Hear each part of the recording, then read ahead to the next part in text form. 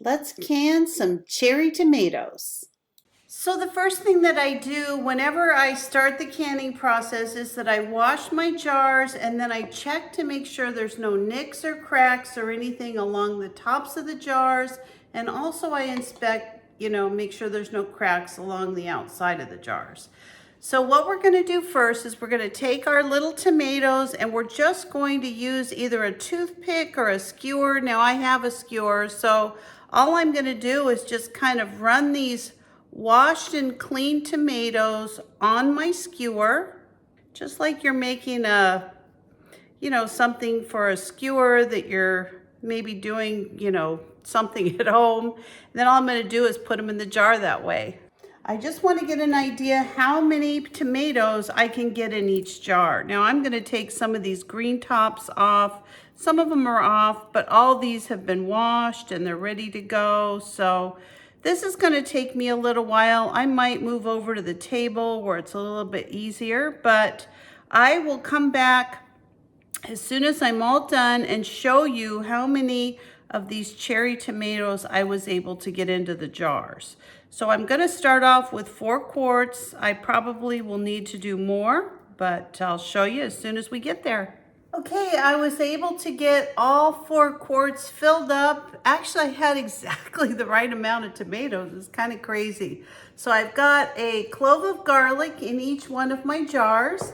And I actually had more yellow tomatoes than I did red, so I did 1 quart in yellow tomatoes. So now it's time to make our brine. So this recipe calls for 5 cups of white distilled vinegar, 5% acidity.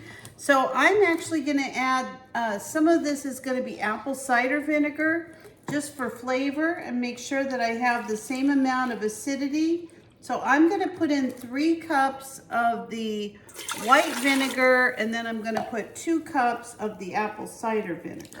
I've also added 2 tablespoons of kosher salt. You can use canning salt or kosher salt, and 2 tablespoons of sugar. And this is really just to balance the acidity. And then you add the seasonings that you like. I'm gonna put in a little bit of red pepper flakes. Not too much, but I do want to add a little bit of heat to this. I'm also going to be, goodness, I'm putting in some pickling spices. And I've got some peppercorns that I'm going to be adding, some different multicolored peppercorns. I'm going to be adding a little bit of mustard seed. Not much, maybe like a teaspoon, and a little bit of dried basil. Now, if you want to put dill in or whatever it is that you like, you put whatever it is you like in yours. This is just what I would like to put in mine. So we're going to heat this up to a boil, and then I'm going to pour this over my cherry tomatoes, and I'm going to put them in my hot canner that's got the boiling hot water in it. So I'll bring you back as soon as this is boiling up. All right, so my sugar is all dissolved. My mixture is nice and hot, and I am going to go ahead and start filling up my jars. Now, since these jars were colder, one of the things I do is I always kind of let them sit in a little bit of hot water so they're not shocked when they get this liquid poured over the tomatoes. So we're going to fill these up to a 1/2 inch of the head space, which is going to be, very close to the top. And then we're going to go through all of these different jars and take out all the air bubbles with a skewer. But for now, I'm just going to get these done.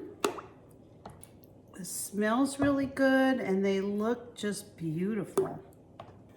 Now, the reason that you puncture your tomatoes with a skewer or a toothpick is so that they'll go ahead and absorb a lot of this vinegary solution. So that is why you do that with, with these cherry tomatoes. It's like it's gonna be the perfect amount. So now what I'm going to do is I'm going to take a skewer and very carefully, I'm going to go along the sides of this jar Just get out as many of these air bubbles as possible. There's not going to be a lot because we've packed these pretty tight, and we also made sure to put holes in the tomatoes, so I think these are going to come out real good. The next thing that we're going to do is clean the tops of our jars. We want to make sure that there's no material that's going to stop these from canning. Sometimes if you have sugar or salt or an herb or something like that, it'll just be enough to affect it so it won't have a good seal. So there you go, last one. And so now all we're going to do is put on our new lids. We're going to put on our new bands, finger tight. All right, now we're going to go ahead and put these in the water bath canner. And once the water bath is completely boiling, then we're going to start timing this for 15 minutes. I'll bring them out and show you the final product. So my pickled cherry tomatoes are done. They are beautiful. Smells wonderful in here. I think this was a great combination, a great way to use up a glut of tomatoes. I have so many more on the vines, and I went and picked a few more after I started doing this. I've just got so many cherry tomatoes this year. I love those yellow pear tomatoes. Those are a little bit harder skin.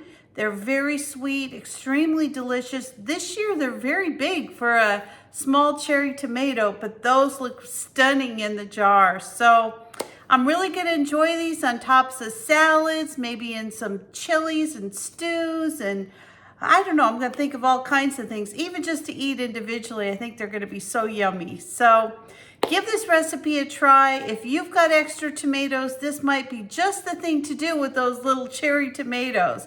Pickle them. They might be something, if you've never done it before, give it a try.